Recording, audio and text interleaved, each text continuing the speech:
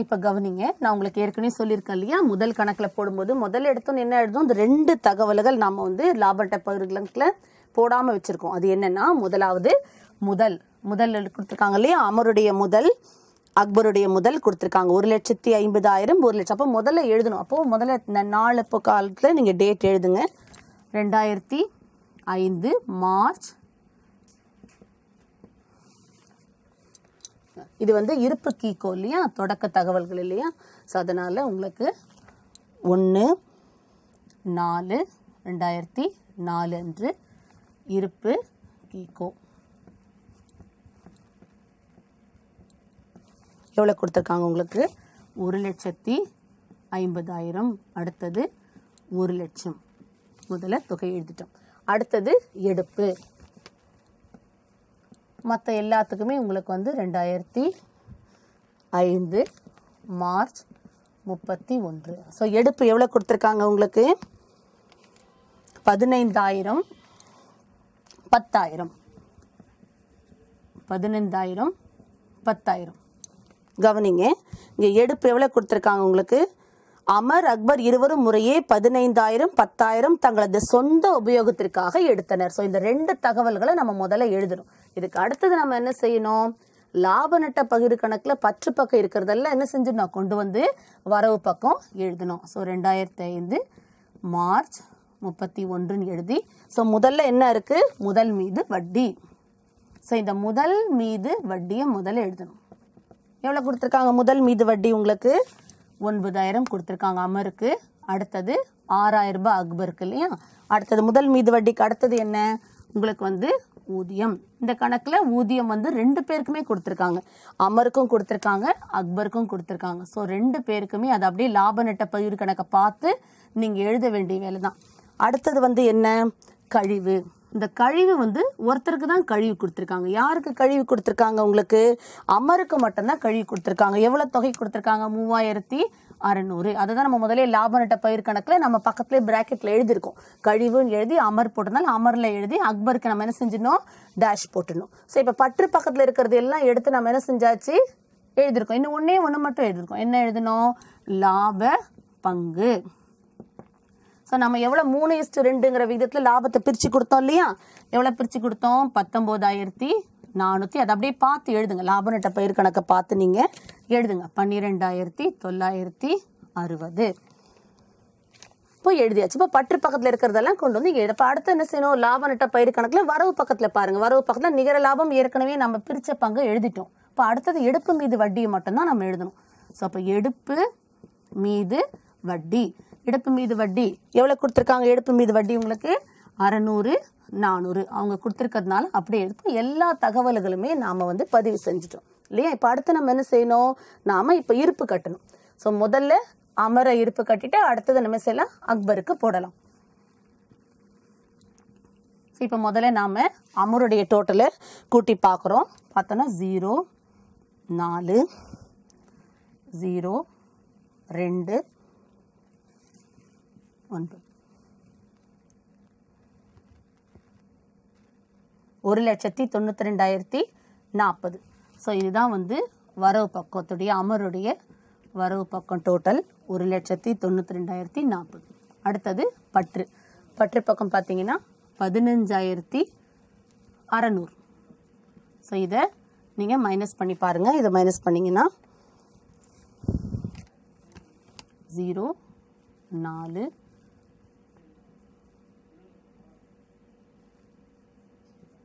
1,76,440. இதுதான் வந்து இருப்பு. அப்போ முதல்ல அமருடைய இருப்பை எழுதிக்கோங்க, 1,92,040.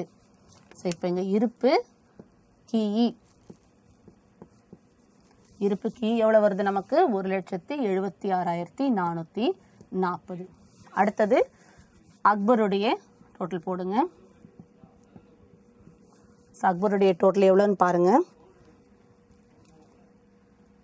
0 6, அடுத்தது 9, அடுத்தது 8 2 1, 1,28,960.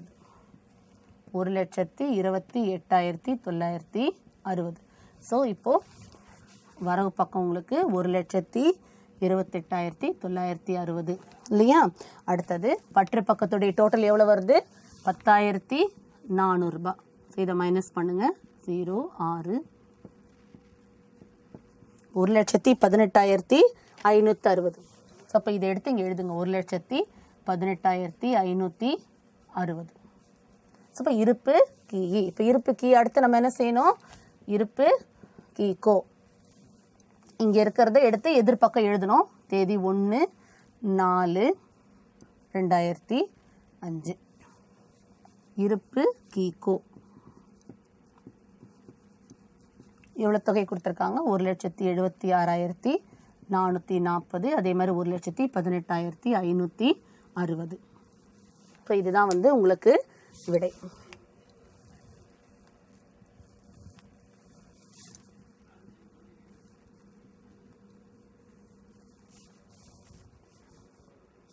இப்போ இந்த கணக்குக்குரிய விடையே நீங்கள் ஸ்க்ரீனில் பாருங்கள், இன்னும் கொஞ்சம் தெளிவாக இருக்கும். இந்த கணக்கு நம்ம போட்டதை ஒரு முறை பாருங்கள். லாப நட்ட பயிர் கணக்கு முதல் கணக்கு, அது இல்லாமல் இன்னும் 2 பயிற்சி கணக்குகள் உங்களுக்கு கொடுத்துருக்கேன், அதையும் நீங்கள் எழுதிக்கோங்க. ஒரு முறை பாருங்கள், ஏன்னா 2 சேர்ந்தா போல் உங்களுக்கு வரும். லாப நட்ட பயிர் கணக்கு பாருங்கள். இப்போ பாருங்கள், நம்ம போட்ட லாப நட்ட பயிர் கணக்கு உங்களுக்கு தெளிவாக இருக்குது பாருங்கள் ஸ்க்ரீனில். ஸோ முதல்ல என்ன போட்டோம்? எடுத்தோன்னே நிகர லாபம் எடுத்து எழுதணும் இல்லையா? 70,000 ரூபாய் நிகர லாபம் எடுத்து எழுதணும். அடுத்தது இன்னும் ஒரே ஒரு தகவல் வரும். எடுப்பு மீது வட்டி அவங்களே கொடுத்துருக்காங்க கணக்கில். அமர் 600, அக்பர் 400 ரூபாய். அதை கூட்டி வெளியில் போட்டிருக்கோம். அடுத்தது பற்று பக்கம் 3 தகவல்கள் நம்ம பதிவு செய்யணும் இல்லையா?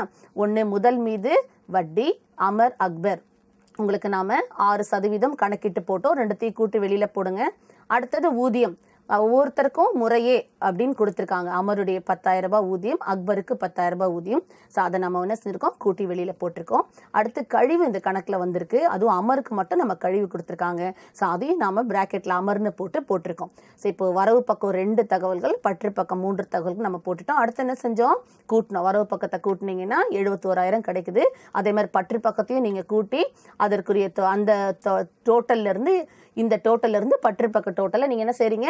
மைனஸ் பண்ணுறீங்க. மைனஸ் பண்ணிங்கன்னா உங்களுக்கு கிடைக்கக்கூடிய விடை வந்து லாப பங்கு 32,400. இந்த 32,400 நம்ம என்ன செஞ்சோம்?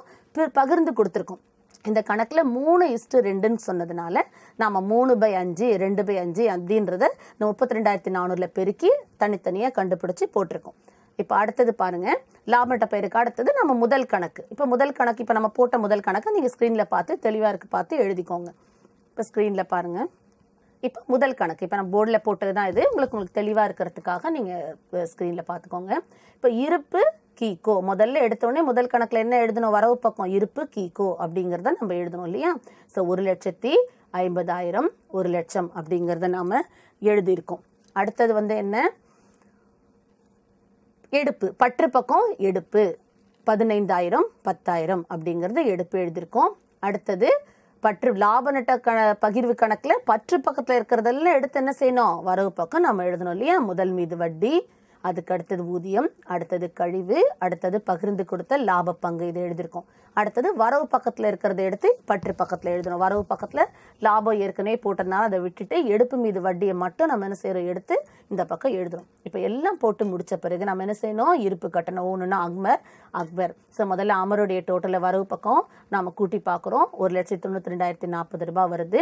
அதிலிருந்து பற்று பக்கம் அமருடைய டோட்டலை நாம் கூட்டி கழிச்சோன்னா நமக்கு கிடைக்கக்கூடிய விடை இருப்பு கீ 1,76,440. அடுத்தது அக்பருக்கும் அதே மாதிரி வரவு பக்கம் கூட்டி பற்று பக்க டோட்டல் அதிலிருந்து கழிச்சிட்டோம்னா நமக்கு கிடைக்க விடை வந்து 1,18,560. ஸோ இப்போ இதை எடுத்து நாம் எழுதுறோம் இருப்பு கீகோ. ஸோ இதோட இப்போ இந்த கணக்கு வந்து முடிஞ்சிருச்சு. இந்த கணக்கு உங்களுக்கு நல்லா புரிஞ்சிருக்கும். 2 கணக்கு நம்ம போட்டிருக்கோம். ஒன்று புத்தகத்தில் இருக்கிற பயிற்சி வினா போட்டிருக்கோம், இன்னொன்று பொது தேர்வில் கேட்டிருக்க ஒரு வினாவை எடுத்து நாம் போட்டிருக்கோம். இப்போ உங்களுக்கு இன்னும் 2 பொது தேர்வு வினாவுக்குள்ள பயிற்சி கணக்கு 2 கொடுத்துருக்கேன். நீங்கள் இந்த 2 கணக்கையும் நீங்கள் என்ன செய்யுங்க? நல்லா போட்டு பாருங்கள். போட்டு பார்த்தீங்கன்னா உங்களுக்கு நிச்சயமாக இந்த பகுதியில் நீங்கள் நல்ல தரவாயிடுவீங்க. உங்களுக்கு ஏற்கனவே சொல்லி கொடுத்தா வாராக்கடனில் 12 மார்க்கு, லாப நட்ட பயிர் கணக்குலையும் 12, மொத்தம் 24 மார்க்கு நீங்கள் நிச்சயமாக பொது தேர்வில் பெறுவீங்க. இப்போ அந்த பயிற்சி வினா உங்களுக்கு கொடுத்துருக்கு பாருங்க. 2 பயிற்சி வினாக்கு முதல்ல மார்ச் 2014 கொடுத்துருக்கு. அக்பர் டேவிட் இந்த கணக்கை நீங்கள் எழுதிக்கோங்க. எழுதிக்கிட்டு நீங்கள் கணக்கை போட்டு காமிங்க. கணக்கை போட்டு பார்த்துக்குங்க. அடுத்தது மார்ச் 2010 இதையும் நீங்கள் போட்டு பாருங்கள். சுதா, பானு அப்படிங்கிற 2 கூட்டாளிகள். ஸோ அந்த 2 பயிற்சி கணக்கை நீங்கள் போட்டு பாருங்கள். அந்த வாராக்கடனில் கொடுத்த பயிற்சி கணக்கை நீங்கள் போட்டு பாருங்கள். உங்களுக்கு நிச்சயமாக இந்த ஆண்டு நீங்கள் பொதுத் தேர்வில் உங்களுக்கு 12 + 12 24 மார்க்கள் நீங்கள் வாங்குவீங்க என்ற நம்பிக்கையோடு விடைபெறுகிறேன். ஒரு மதிப்பெண் வினாக்களை பற்றி பார்க்க போகிறோம். கணக்கு பதிவில் பொறுத்தவரை 1லிருந்து 30 வரை ஒரு மதிப்பெண் வினாக்கள் கேட்கப்படுகிறது. ஸோ இந்த 30 வினாக்களில் பார்த்தீங்கன்னா 20லிருந்து 22 வினாக்கள் வரை தியரி கொஸ்டின்ஸ், அதாவது கருத்தியல் வினாக்கள் கேட்கப்படும். மீதமுள்ள அந்த 8 இல்லைன்னா 10 கேள்விகள் கணக்கு சம்பந்தப்பட்ட கேள்விகளாக கேட்கப்படும். இப்போ நாம் இந்த கருத்தியல் வினாக்களை பற்றி மட்டும் பார்க்குறோம். அதாவது முக்கியமான திரும்ப திரும்ப பொது தேர்வில் கேட்கப்படக்கூடிய கருத்தியல் வினாக்களை நாம் இப்போ பார்க்கலாம். பாருங்க, முதல் கேள்வி, முன்கூட்டி செலுத்திய செலவுகள் இருப்புநிலை குறிப்பின் டேஷ் பக்கத்தில் தோன்றும். இதற்கான விடை உங்களுக்கு தெரியுதான்னு பாருங்க. நான் முதல்ல ஒரு 5 கேள்விகளை கொடுக்குறேன் விடை இல்லாமல். அந்த கேள்வியை படிச்சுட்டு உங்களால் இதற்கான விடையை சிந்திக்க முடியுமான்னு பாருங்க. இரண்டாவது, கொடுபட வேண்டிய செலவுகள் இருப்புநிலை குறிப்பின் டேஷில் தோன்றும். மூன்றாவது, அடக்க விலை அல்லது டேஷ் விலை, இதில் எது குறைவோ அந்த விலையில் இறுதி சரக்கிருப்பு மதிப்பிடப்படும். 4, நிகர லாபம் லாப நட்ட கணக்கிலிருந்து டேஷ் கணக்கிற்கு மாற்றப்படுகிறது. 5, கொடுபட வேண்டிய வாடகை ஒரு டேஷ். என்ன மாணவர்களே, உங்களால் இதற்கான பதில் தர முடியுமா? கண்டுபிடிச்சிட்டிங்களா? சரி, இதற்கான விடையை பார்ப்போம். இப்போ முன்கூட்டி செலுத்திய செலவுகள் இருப்புநிலை குறிப்பின் சொத்துக்கள் பக்கத்தில் தோன்றும். ஸோ விடை சொத்துக்கள். கொடுபட வேண்டிய செலவுகள் இருப்புநிலை குறிப்பின் பொறுப்புகள் பக்கத்தில் தோன்றும். அடக்க விலை அல்லது சந்தை விலை, இதில் எது குறைவோ அந்த விலையில் இறுதி சரக்கிருப்பு மதிப்பிடப்படும். 4, நிகர லாபம் லாப நட்ட கணக்கிலிருந்து முதல் கணக்கிற்கு மாற்றப்படுகிறது. 5, கொடுபட வேண்டிய வாடகை ஒரு பொறுப்பு. இப்போ அடுத்த 5 கேள்விகளை நம்ம பார்க்கலாம். எடுப்பு மீது வட்டி கழிக்கப்படுவது டேஷ். முதல் மீது வட்டி கூட்டப்படுவது டேஷ். ஒரு நிலை அறிக்கை டேஷ் போன்று தோற்றமளிக்கும். 9வது, இறுதி முதலை அறிவதற்கு ஆண்டு டேஷ் நிலை அறிக்கை தயாரிக்கப்பட வேண்டும். 10, ஒற்றை பதிவு முறை ஒரு டேஷ் முறையாகும். இப்போதுக்கான விடையை நம்ம பார்க்கலாமா? எடுப்பு மீது வட்டி கழிக்கப்படுவது முதலிலிருந்து. 7வது, முதல் மீது வட்டி கூட்டப்படுவது முதலுடன். 8வது கேள்வி, ஒரு நிலை அறிக்கை இருப்பு நிலை குறிப்பு போன்று தோற்றமளிக்கும். 9வது, இறுதி முதலை அறிவதற்கு ஆண்டு இறுதியில் நிலை அறிக்கை தயாரிக்கப்பட வேண்டும். 10வது, ஒற்றை பதிவு முறை ஒரு முழுமை பெறாத இரட்டை பதிவு முறையாகும். இப்போ விடையெல்லாம் பார்த்துட்டிங்களா? அடுத்த 5 கேள்விக்கு போகலாம். கடன் விற்பனையை அறிய உதவும் கணக்கு டேஷ். நிலை அறிக்கை முறை டேஷ் முறை எனவும் அழைக்கப்படும். பொறுப்புகளை விட கூடுதலாக உள்ள சொத்துக்கள் டேஷ் எனப்படும். 14, விடு கருவிகள் போன்ற சொத்துக்கள் மீது தேய்மானம் நீக்குவதற்கு ஏற்ற முறை டேஷ் ஆகும். 15, குத்தகைகள் மீது தேய்மானம் கணக்கிட டேஷ் முறை பயன்படுத்தப்படுகிறது. இப்போ நாம் ஆன்சரை பார்க்கலாம். கடன் விற்பனையை அறிய உதவும் கணக்கு மொத்த கடனாளிகள் கணக்கு. 12, நிலை அறிக்கை முறை நிகர மதிப்பு முறை எனவும் அழைக்கப்படும். 13, பொறுப்புகளை விட கூடுதலாக உள்ள சொத்துக்கள் முதல் எனப்படும். 14 விடுகருவிகள் போன்ற சொத்துக்கள் மீது தேய்மானம் நீக்குவதற்கு ஏற்ற முறை மறுமதிப்பீடு முறையாகும். 15 குத்தகைகள் மீது தேய்மானம் கணக்கிட டேஷ் அதாவது ஆண்டு தொகை முறை பயன்படுத்தப்படுகிறது.